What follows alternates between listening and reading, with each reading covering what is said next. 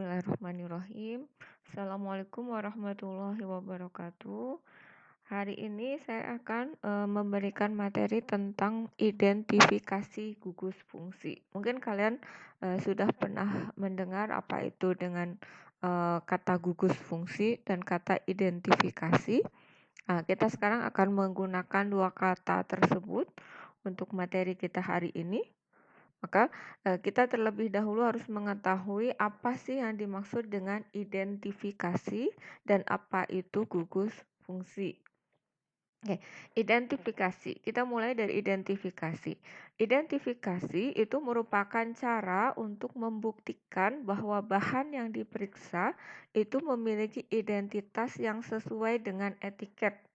Ini kita ngomongin senyawa ya atau bahan. Suatu senyawa itu sama seperti manusia mungkin ya, seperti manusia itu punya identitas. Misalkan kita identitasnya apa? KTP.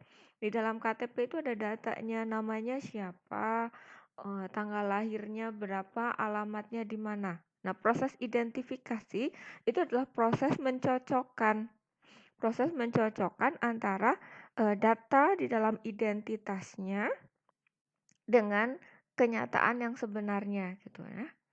Jadi bisa dimengerti ya, identifikasi itu merupakan cara membuktikan bahwa bahan yang diperiksa, misalkan bahan A itu memiliki identitas tertentu. Nah, dicek apakah benar sifat itu sesuai dengan yang dinyantumkan di dalam identitasnya. Misalnya paracetamol, bahannya paracetamol. Kata identitasnya, kata data di identitasnya itu menyatakan rumus strukturnya seperti ini, kemudian bobot molekulnya berapa, rumus molekulnya bagaimana, kemudian titik lelehnya bagaimana, titik didihnya bagaimana, kelarutannya bagaimana. Nah, itu kita coba cek benar nggak sesuai dengan yang ada di etiketnya atau di identitasnya. Itu proses namanya identifikasi. Nah, dalam identifikasi itu biasanya dalam identifikasi bahan ya, dalam identifikasi bahan kimia itu kita biasanya melakukannya dalam tiga tahap. Tahap pertama itu pendahuluan, pemeriksaan pendahuluan. Dalam pemeriksaan pendahuluan itu yang dilihat organoleptis. Organoleptis, tahu yang dimaksud organoleptis? Jadi organoleptis itu memeriksa berdasarkan dengan organ penciuman, organ penglihatan, gitu ya dari kita, yaitu caranya adalah dengan melihat bentuknya seperti apa, baunya seperti apa, rasanya seperti apa. Tapi saya tidak merekomendasikan Anda untuk mencoba gitu ya rasanya. Cukup dilihat bentuknya seperti apa, kemudian baunya, kemudian warnanya gitu ya. Itu sebagai pemeriksaan organoleptis. Ya. Setelah dilihat organoleptisnya, kemudian dilakukan uji kelarutan. Ya, uji kelarutan itu artinya misalnya gini, di identitasnya dinyatakan bahwa bahan A atau misalnya bahan paracetamol itu larut dalam 70 bagian air. Nah, dalam uji kelarutan Anda coba larutkan satu bagian paracetamolnya dengan 70 bagian airnya. Beneran larut enggak? Kalau ternyata ada yang tidak larut, nah itu kemungkinan ada sesuatu yang lain. Atau jangan-jangan bukan paracetamol gitu. Itu baru pemeriksaan pendahuluan. Kemudian analisis sisa pijar. Misalnya dinyatakan identitasnya, sisa pijarnya sekian persen. Nah, Anda coba, benar nggak sesuai? Ya. Selain itu juga bisa dengan fluoresensi di bawah sinar UV. Di bawah sinar UV dia berfluoresensi atau tidak. Kita sesuaikan dengan literaturnya. Kita lihat, dia benar nggak sesuai dengan literatur. Gitu. Berikutnya, setelah pemeriksaan pendahuluan, kita lakukan reaksi pendahuluan. Biasanya untuk reaksi pendahuluan itu bisa untuk menganalisis unsur.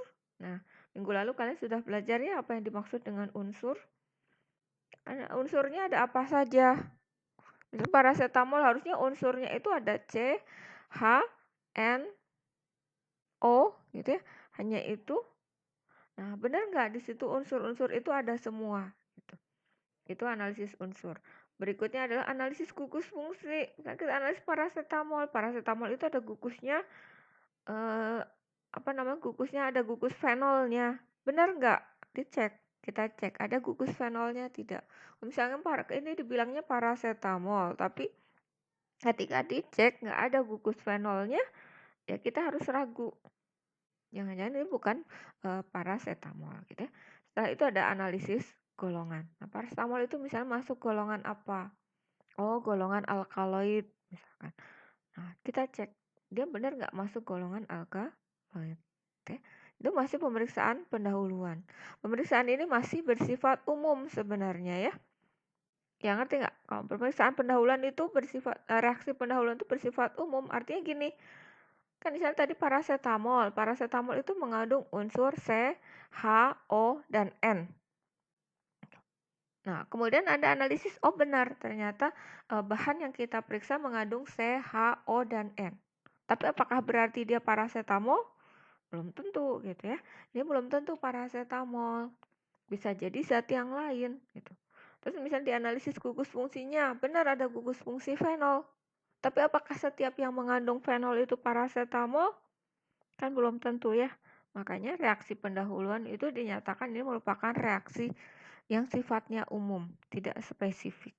Ya. Nah, untuk berikutnya setelah dilakukan reaksi pendahuluan, kita pastikan lagi dengan yang namanya konfirmasi identitas.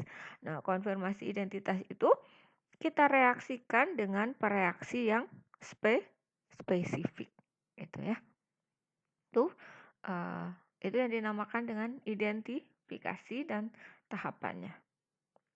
Berikutnya kalau kita sudah tahu, oh itu yang namanya identifikasi. Berikutnya kita kan mau identifikasi gugus fungsi. Nah, gugus fungsi itu apa? Kita coba tahu. Nih, gugus fungsi. Gugus fungsi di sini dinyatakan gugus fungsi adalah atom atau sekelompok atom dengan susunan tertentu yang menentukan struktur dari sifat senyawa, kemudian merupakan bagian yang reaktif apabila bereaksi dengan senyawa lain atau zat lain gitu ya.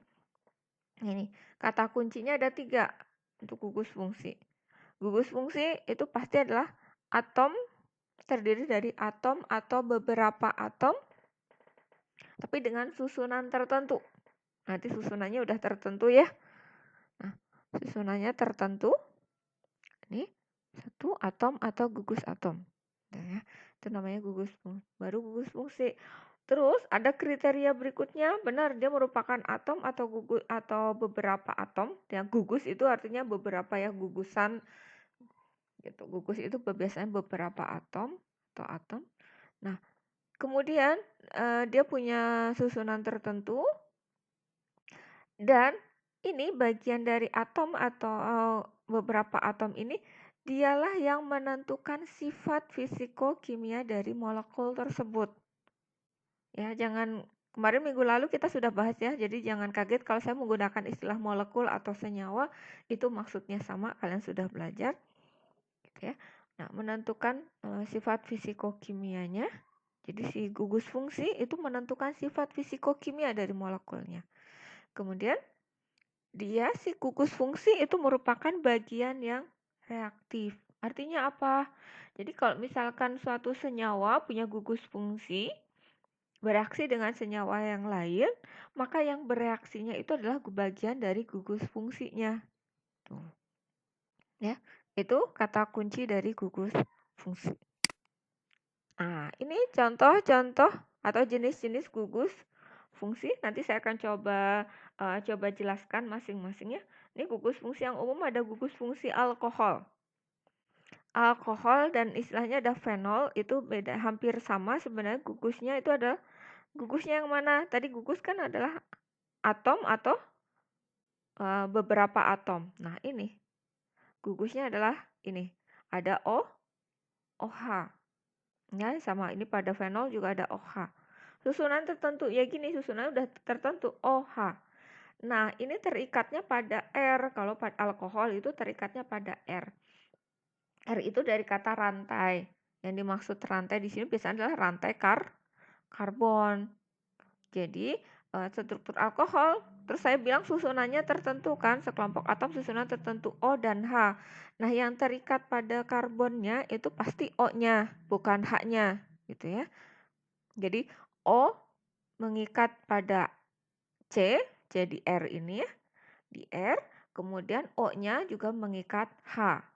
Jangan kebalik, nggak mungkin, nggak bisa misalkan, oh gimana Bu kalau ditukar, si C berikatan dulu dengan H, baru kemudian H-nya berikatan dengan O. Ini tidak bisa, ya. Kenapa? Karena nanti untuk berikatan itu butuh tangan. Nah, si H itu tangannya cuma satu, jadi dia nggak mungkin berikatan dengan dua atom, gitu ya. Nah, susunannya udah tetap OH. Jadi O yang terikat pada rantainya kalau alkohol. Sementara kalau fenol itu bedanya ini AR. AR itu artinya Aril. Bukan Ariel Peter Pan ya. Artinya Ariel itu gugus kayak benzen ya, gugus benzen. Jadi ada benzen, tahu ya gugus struktur benzen? Ya, nanti siklik kita nanti coba gambarkan ya.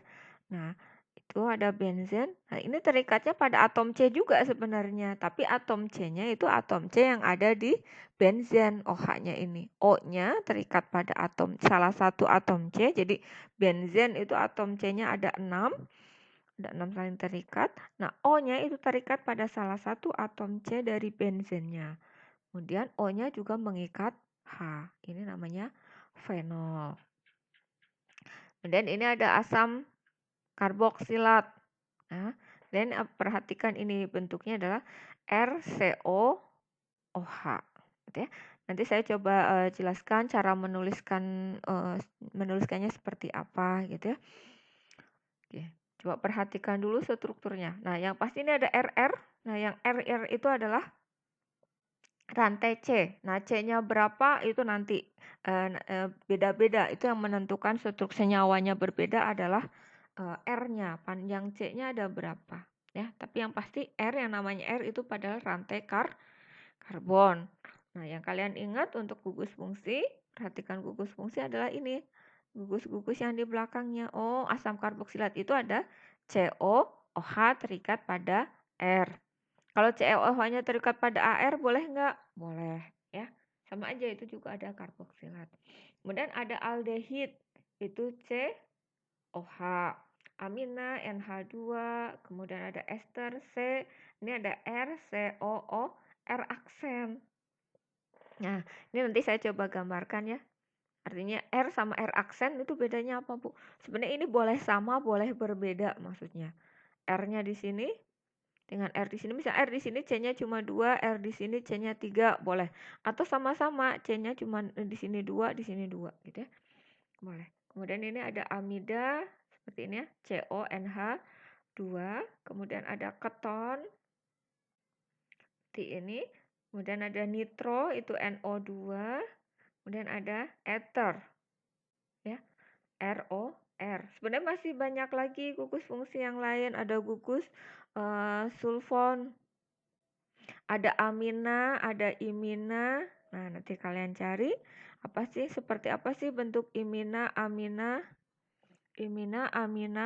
Jadi PR kalian, tugas kalian adalah cari gugus fungsi yang belum ada di sini. Ada imina, amina, kemudian amina udah ada ya, imina, amida sudah ada, kemudian ada sulfon, gitu ya. Itu contoh-contoh gugus fungsi yang umum. Nah, mungkin Anda akan bingung. Ini contoh struktur senyawa obat. Nah, di sini ada gugus fungsi. Gugus fungsinya yang mana? Nah, maksud saya adalah kalian bisa menunjukkan, oh dari suatu struktur senyawa, ini struktur senyawa ya, mana gugus fungsinya. Nanti saya coba jelaskan lagi, digambarkan mungkin lebih mudah gitu ya. Nah, ini senyawanya seperti ini. Ini gugus fungsinya sebenarnya ada di sini. Gugus fungsinya apa? Yang tahu? Nah, ini adalah gugus fungsi asam karboksilat. Ingat tadi asam karboksilat itu COOH. Lah C-nya mana, Bu? Ini C-nya, ya. Jadi kalau tadi asam karboksilat itu kan RCOOH. R-nya mana?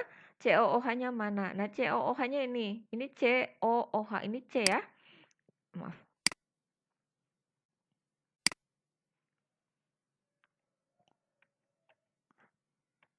Nah, ini COOH, ini C.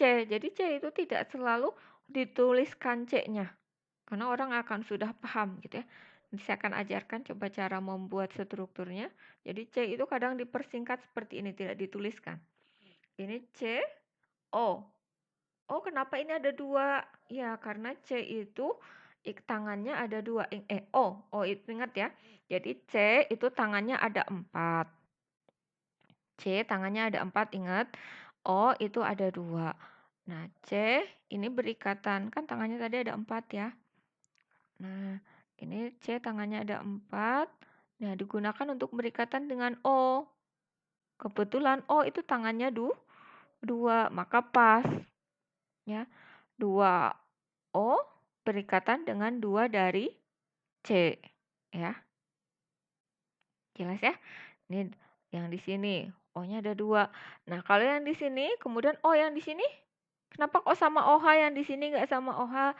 Nah, ini karena O-nya di sini cuma berikatan, ini yang di sini dipakainya satu tangan berikatan dengan C, satu tangannya kan O ada 2 tangannya. Nah, satu lagi dengan H, gitu ya.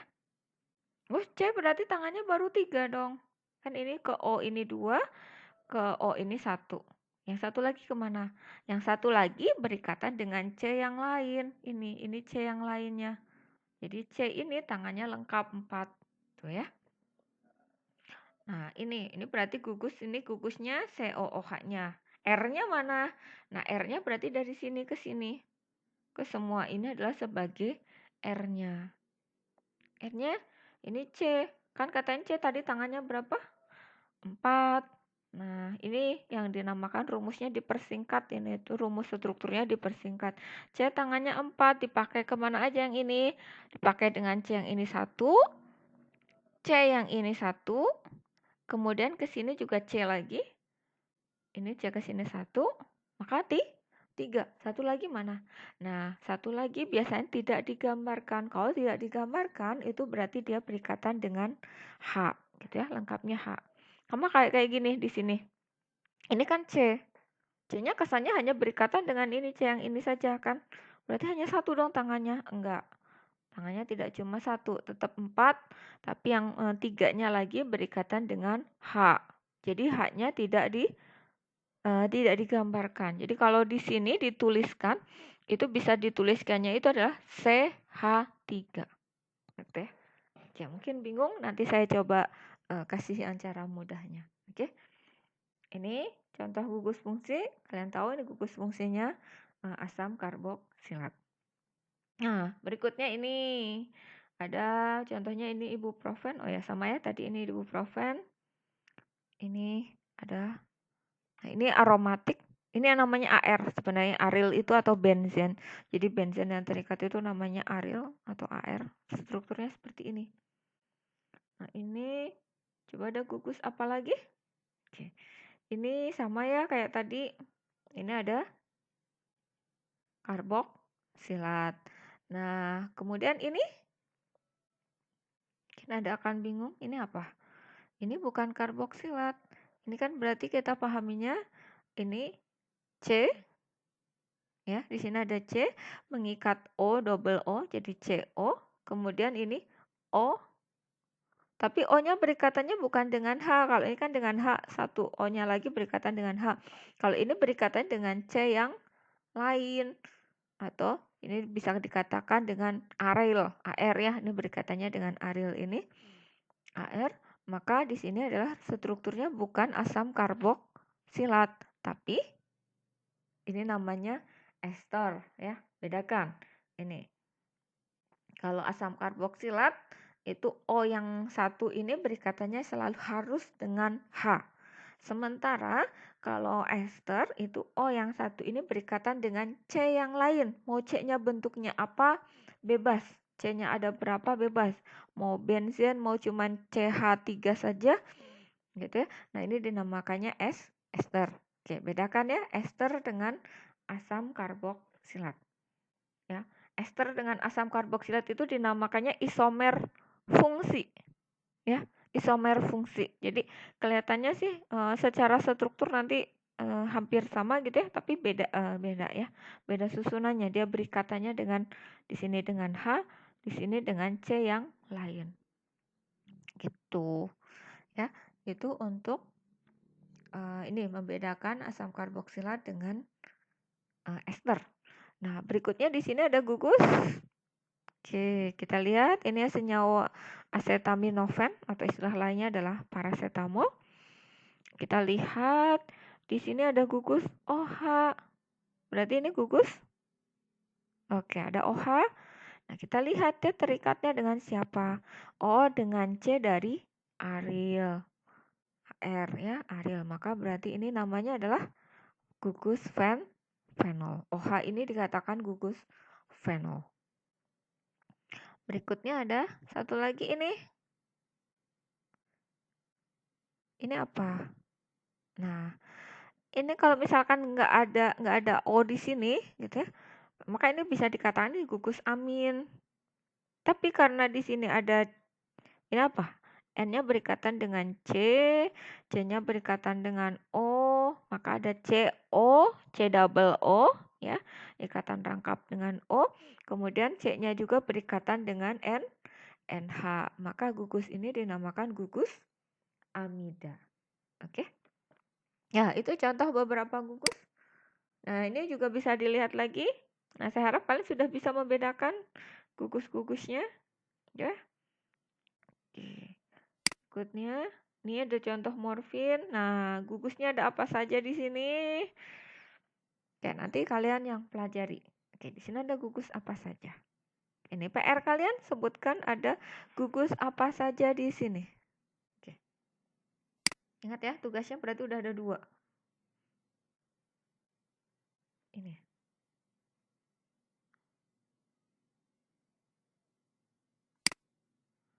Nah, itu gugus fungsi. Berikutnya, kalian sudah tahu apa itu identifikasi, apa itu gugus fungsi. Nah, berikutnya gimana sih cara melakukan analisis atau identifikasi gugus fungsi ya? Atau analisis kualitatif gugus fungsi. Identifikasi gugus fungsinya. Ada yang gugus fungsi dalam suatu senyawa dapat diperkirakan dari hasil analisis senyawa tersebut. Nah, untuk menganalisis gugus fungsi tadi ya, kita tadi kan ada pemeriksaan pendahuluan, kemudian ada reaksi pendahuluan. Nah, kalau pemeriksaan pendahuluannya kan tidak perlu pakai regen ya, tidak perlu pakai reaksi. Artinya secara fisik saja dilakukan. Sementara kalau ini kita lakukan analisis secara kimianya. Jadi untuk analisis gugus fungsi itu bisa dilakukan secara kimia dan bisa dengan metode fisiko-kimia, secara fisiko-kimia. Secara kimia itu artinya dilakukan reaksi kimia tertentu. Yang kita mau tahu ada alkohol, nggak ada gugus alkohol, tidak dalam suatu bahan yang kita uji, kita reaksikan dengan reagen tertentu yang reagen itu bereaksinya dengan alkohol. Kalau ternyata hasil reaksinya positif, oh berarti benar bahan kita mengandung gugus alkohol. Itu prinsipnya di dalam reaksi kimia, gitu ya. Ini metode kimia itu dilakukan reaksi kimia tertentu. Kemudian taunya positif atau negatif kan kita amati perubahan warnanya, perubahan baunya, terbentuk endapan atau tidak, dan sebenarnya satu lagi perubahan suhunya. Itu bisa jadi ya. Warnanya, baunya, ada endapan atau tidak. Misalnya tadinya kita harus tahu sih reaksi tertentu akan bereaksinya membentuk apa. Oke. Misalkan bahan alkohol, misalkan kalau misalkan dia bahan kita mengandung alkohol, alkohol itu kalau direaksikan dengan suatu asam karboksilat itu akan menghasilkan bau tertentu, gitu ya. Nah, kita coba reaksikan bahan kita dengan kita tahu nih reagennya itu ada asam karboksilat gitu. Ya, reaksikan. Oh, benar. Ternyata terbentuk warna, ada timbul warna bau tertentu. Oh, berarti bahan yang kita ujinya benar dia mengandung gugus alkohol. Tapi kalau ternyata tidak, bahan yang kita uji direaksikan dengan asam karboksilat, nggak ada perubahan bau. Oh, berarti tidak ada gugus alkohol. Itu kesimpulannya. Ya, itu secara kimia. Nah, berikutnya kalau secara fisikokimia bagaimana? Nah, kalau secara fisikokimia itu biasanya menggunakan instrumen tertentu, instrumen ya atau alat tertentu. Instrumen yang bisa digunakan untuk analisis gugus fungsi sebenarnya yang paling mudah untuk analisis gugus fungsi adalah spektrofotometri IR, inframerah, ya, yang paling mudah IR. Ini harusnya koma ya di sini. Spektrofotometri IR. Kemudian spektrofotometri UV itu sebenarnya agak susah, ya. Kalau untuk analisis gugus fungsi itu yang paling mudah adalah IR. Harusnya koma, spektro UV, spektro IR, spektrofotometri ya, dilengkapi. Spektrofotometri UV, spektrofotometri IR atau FTIR gitu ya. Kalau kalian sering dengar ada kata FTIR, itu maksudnya adalah instrumen untuk analisis gugus fungsi. Massa, kemudian ini ada sama ya spektrometri massa. Nah, dengan spektrometri massa kita bisa lihat juga gugus fungsinya apa saja. Tuh, ya. Itu kalau dengan metode fisikokimia. Oke. Berikutnya, tapi dalam kuliah ini kita mungkin akan lebih banyak menggunakan metode kimia ya untuk analisis gugus fungsinya. Dalam analisis dengan metode kimia, analisis menggunakan reaksi kimia tertentu. Ya. Nah, pereaksi atau istilah pereaksi itu istilah lainnya reagen. Ya. Pereaksi kimia itu ada dua macam, ada pereaksi umum dan ada pereaksi khusus atau khas atau spesifik. Ya, reaksi umum itu memberikan hasil positif pada beberapa gugus fungsi. Kalau pereaksi khusus itu positif pada satu gugus fungsi. Nanti kita cari tahu lagi yang seperti apa sih yang umum dan seperti apa sih yang khusus.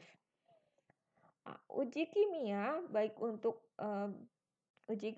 yang khusus maupun umum dapat dilakukan secara mikro dengan cara tetes yang dikenal dengan uji tetes atau spot tetes. Ya. Oke. Nah, identifikasi gugus fungsi. Sekarang kita udah masuk ke bagaimana sih cara identifikasi gugus fungsi. Ini kita pelajari gugus fungsi yang sering banget dalam bahan obat ya. Dalam senyawa obat itu yang pertama ada alkohol. Nah, alkohol udah tahu ya tadi ada gugusnya OH. OH-nya terikat pada rantai karbon yang lain ya. Kecuali kalau rantai karbonnya berupa benzen atau berupa aril, maka disebutnya fenol. Itu hanya istilahnya saja beda. Nah, alkohol itu berdasarkan letak OH-nya, berdasarkan dia OH-nya itu terikatnya pada atom C mana gitu ya, pada atom C yang bagaimana.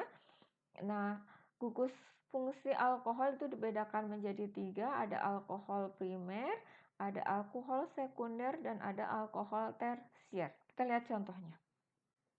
Ini, tadi ya, ingat C, saya bilang C itu mengandung, memiliki 4 tangan.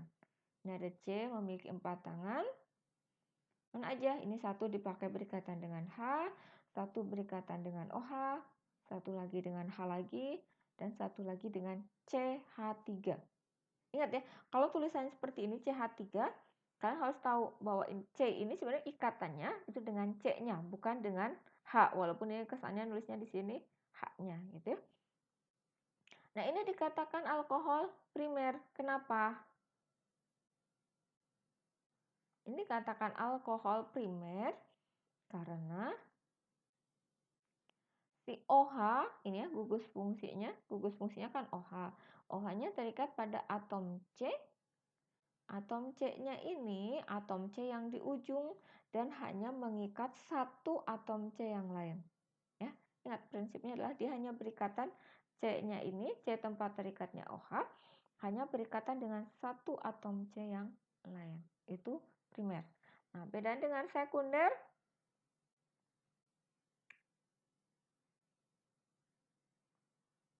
Dan dengan sekunder ini ada C-nya sama ada OH, tapi OH-nya itu terikat pada atom C yang berikatan dengan dua atom C yang lain. Ya, ini kan C ini berikatan dengan C ke sini satu, kemudian C ini, ya, ini OH-nya di sini, makanya namanya sekunder, ya, alkohol sekunder. Nah, kemudian kalau yang primer, nah C-nya berikatan dengan 3C yang lain, ya, ini. C itu alkohol primer, sekunder, tersier. Kenapa kita membahas ada alkohol primer, sekunder, tersier? Karena nanti reaksinya itu akan berbeda antara alkohol primer, sekunder, dan tersier. Oke, itu membedakan alkohol. Nah, ini supaya kalian tahu ya, ini ada alkohol.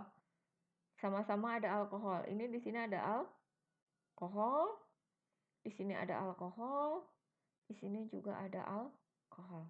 Nah, kalian harus bisa membedakan alkohol di sini OH terikatnya pada C ini, ya. C ini mengikat berapa C? 1, ya. C yang di sini. Maka ini OH di sini adalah alkohol primer. Nah, sementara kalau yang di sini OH terikat pada C ini. C ini berikatan dengan C berapa? C yang mana lagi? C ini berikatan dengan C yang lain satu, ini dengan satu C di sini, dan berikatan dengan satu C di sini. Maka ini adalah alkohol sekunder. Nah, berikutnya kalau ini ada OH, di sini juga ada OH, ada alkohol.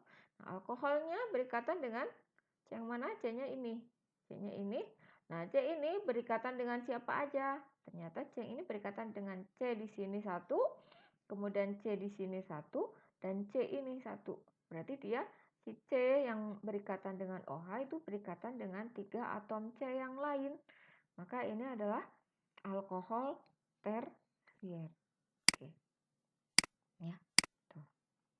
Alkohol primer, sekunder, tersier. Oke. Ini reaksi-reaksi yang digunakan untuk identifikasi alkohol. Itu ada reaksi, ada uji esterifikasi. Ya.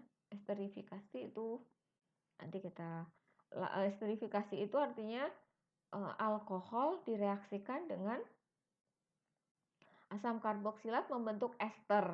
Ya, tadi kan kalian udah tahu ya ester. Jadi ini ada gugus OH. Kalau ada OH bereaksi dengan alkohol, maka dia akan bereaksi membentuk yang namanya ester. Oke. Nah, itu namanya makanya disebutnya esterifikasi atau reaksi pembentukan ester. Itu metode identifikasi yang pertama. Kemudian yang kedua itu ada uji kromat. Uji kromat itu sampel direaksikan dengan kalium dikromat. K2Cr2O7 itu kalium dikromat. Nanti akan membentuk warna hijau atau biru hijau untuk alkohol primer dan sekunder. Kalau tersier tidak. Oke. Nah, ini makanya tadi kita kenapa harus membedakan antara alkohol primer dan sekunder. Jadi misalkan di sini di esterifikasi itu sama-sama positif. Karena esterifikasi masih umum, mau alkohol primer, mau sekunder, mau tersier bereaksi semua. Positif nih. Esterifikasi itu tandanya positif, itu terbentuk ester. Nah, ester itu punya bau yang khas gitu. Kalau ketika misalnya mereaksikan bahan sama asam karboksilat, ini COOH karboksilat, kemudian dihasilkan bau yang khas, oh berarti sampel kita punya alkohol gitu. Nah, tapi kan kita nggak tahu ini alkoholnya primer, sekunder, atau tersier. Nah, kita coba reaksikan dengan uji kromat. Nah, ketika diuji kromat kok ternyata tidak bereaksi, gitu. Tidak terbentuk warna hijau atau biru hijaunya. Kesimpulannya apa? Padahal di sini kan dinyatakan oh iya mengandung alkohol. Nah, di sini jadi kemungkinannya dia bukan alkohol, bukan apa? Bukan alkohol primer atau sekunder, tapi kemungkinan adalah alkohol tersier, gitu ya. Kemudian uji. Nah, kalau misalkan tadi di sini kita uji esterifikasi positif, benar menghasilkan bau. Kemudian di sini menghasilkan warna hijau ketika diuji kromat. Kalau diuji kromat berarti kan kemungkinan adalah alkohol primer atau sekunder. Nah, kita bedakan dia alkohol primer atau sekundernya gimana. Kemudian kalau misalnya di sini sudah nggak bereaksi, kita sebenarnya udah cukup ya. Kesimpulannya adalah dia merupakan alkohol tersier, gitu ya. Tapi kalau misalkan di sini positif, berarti kan kemungkinannya ada dua, alkohol primer atau sekunder. Nah, kita buktikan lagi.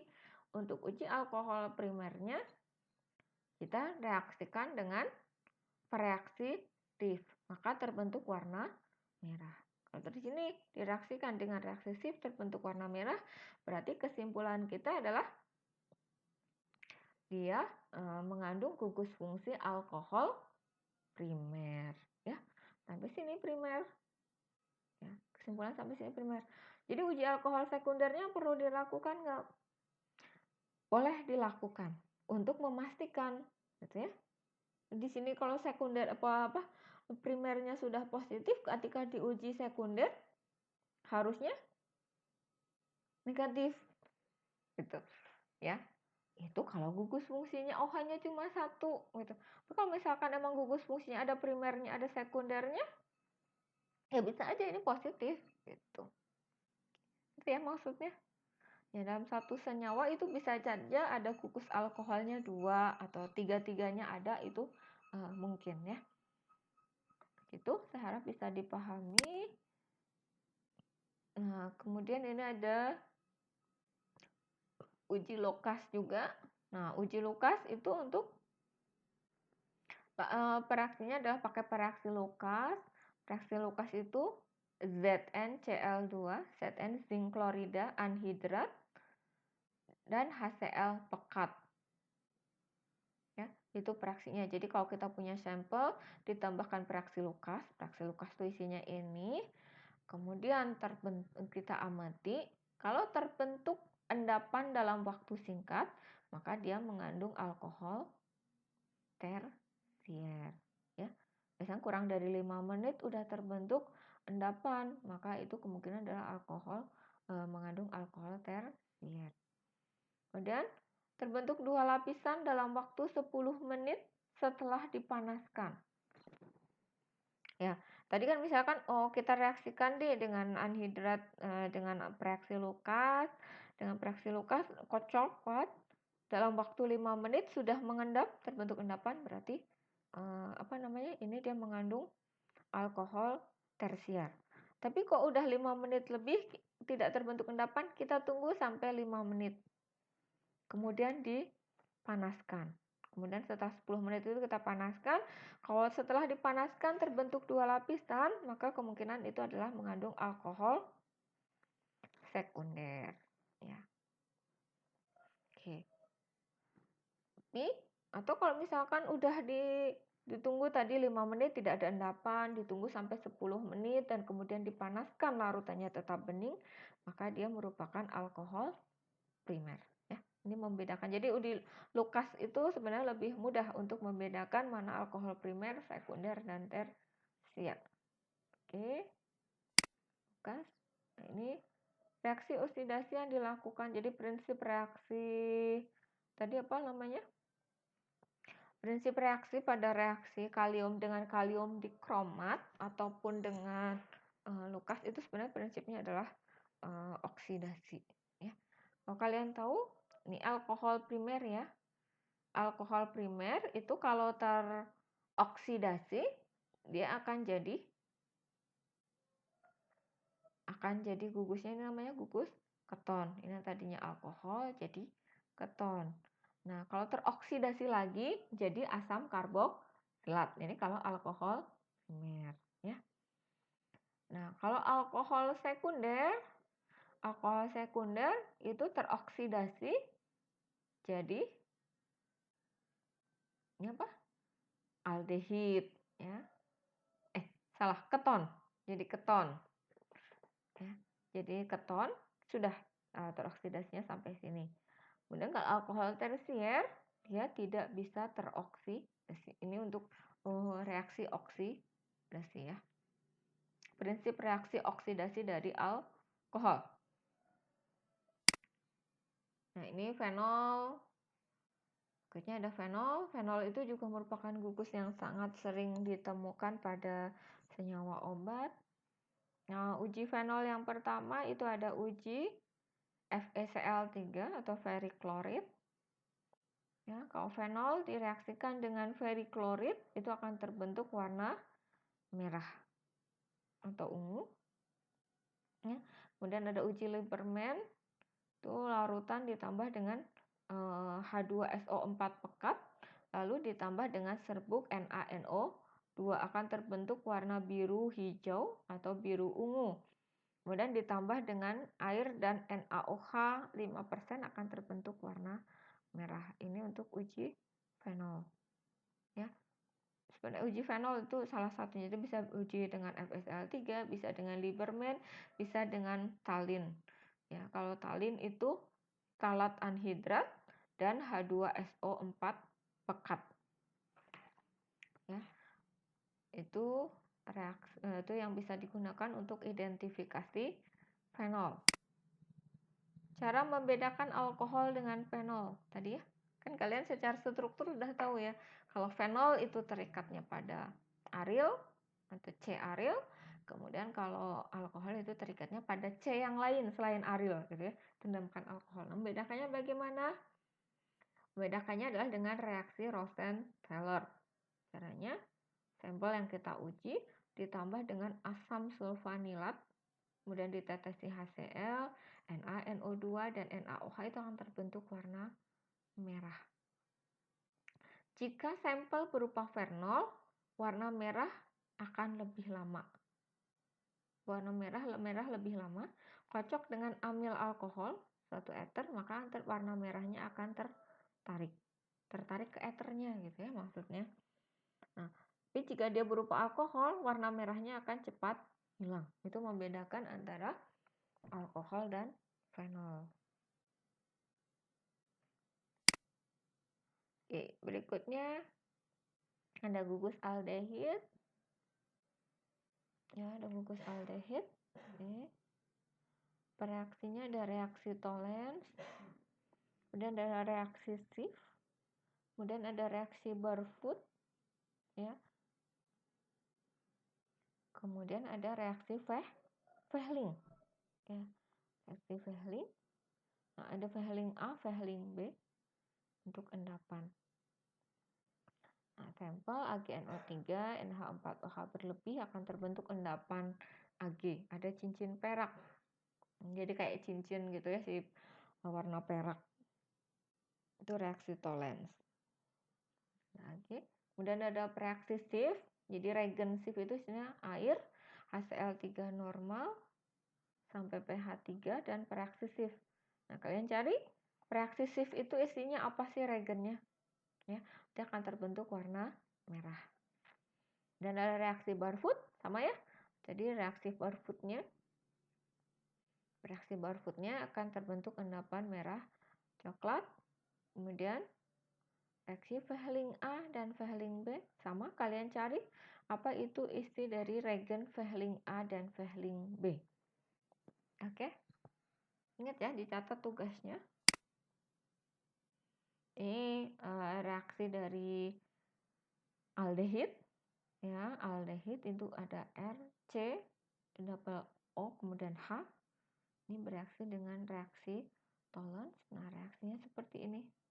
Ini terbentuk cermin perak karena Ag yang tadinya AgNH3, NH3 2 kali itu jadi Ag saja.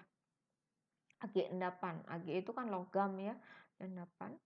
Jadi unsurnya gitu, Ag endapan, Ag logam. Nah, maka si Ag-nya itu membentuk endapan. Tuh. Oke. Reaksi Tolen, ini reaksi Schiff. Ya.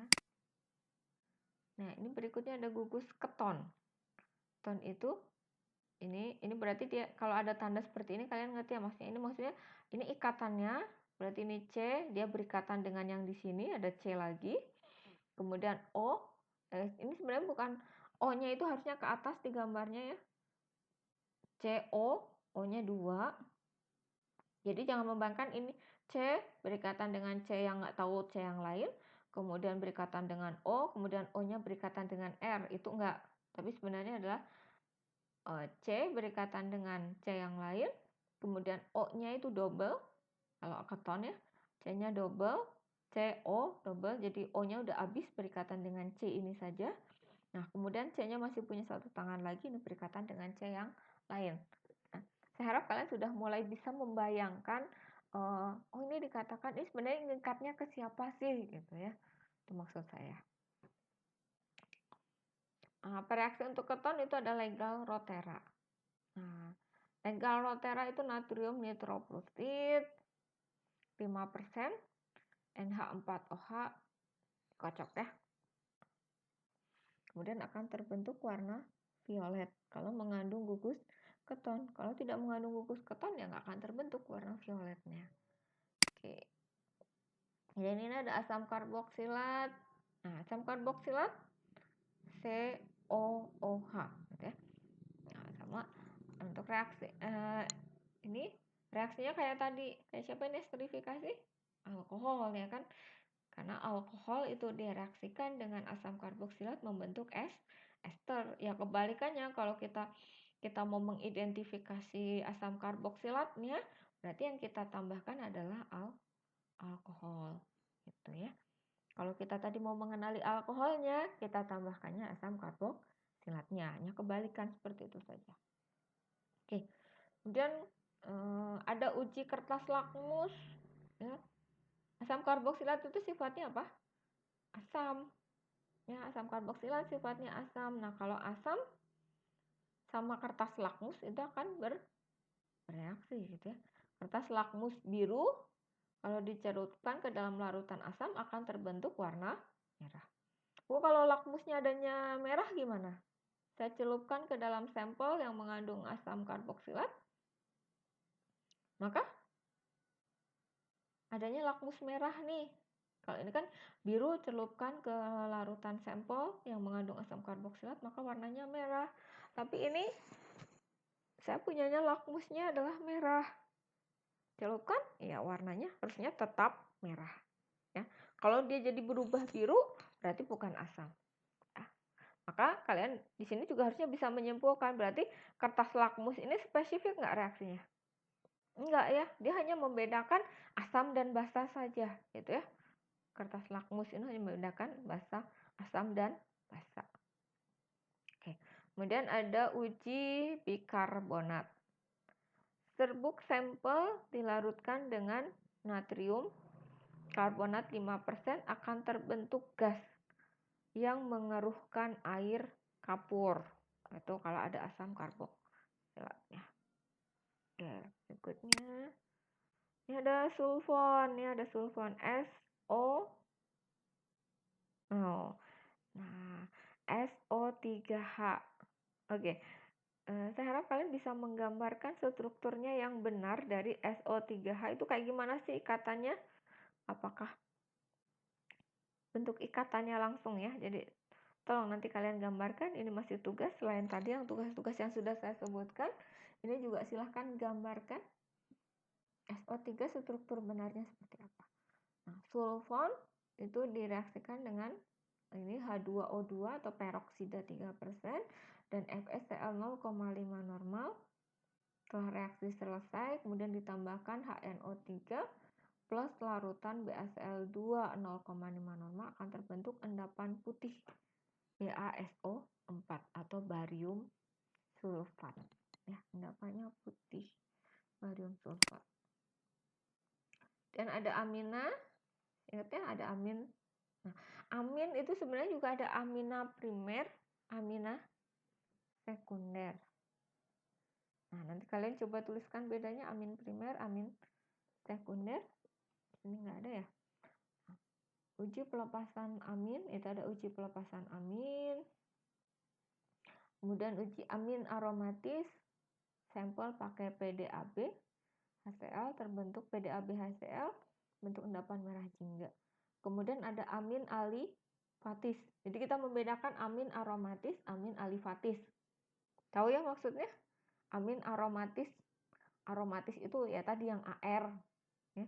AR itu berarti terikatnya pada atom C pada AR. Aromatis, aryl. Ya. Aryl, benzen.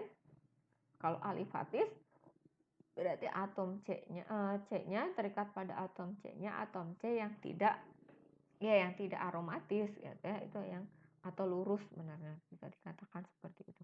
Nah, ini reaksinya beda, mau mengenali yang aromatis dan yang alifatis. Kemudian ada uji korek api. Korek api dicelupkan dalam sampel.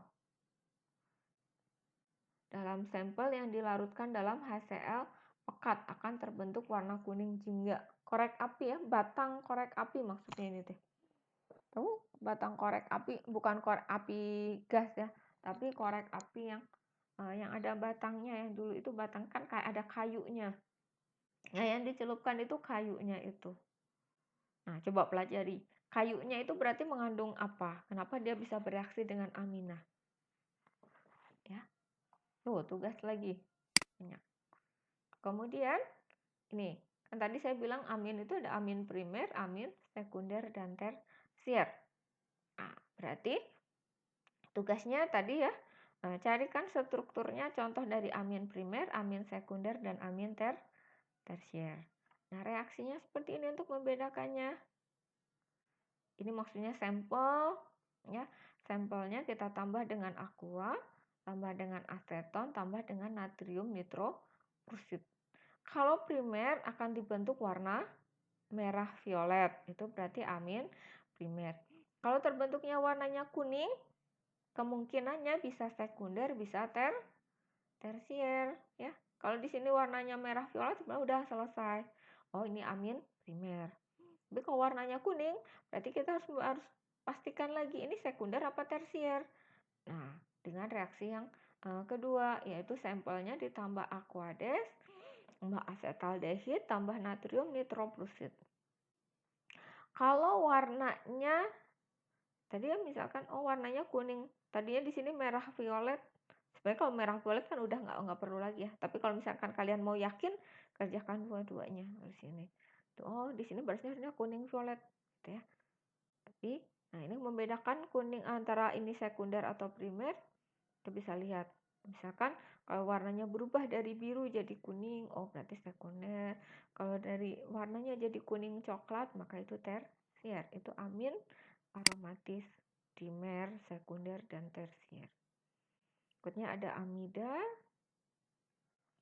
Ini ada amida, CO, ini C double O NH2. Ya. Ini reaksinya itu ada uji pelepasan NH3, ya.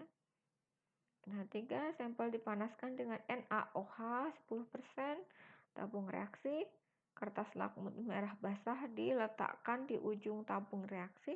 Tas lakmusnya akan berwarna biru atau timbul amonia. Berarti amonia itu sifatnya apa? Ya, dari kertas lakmus.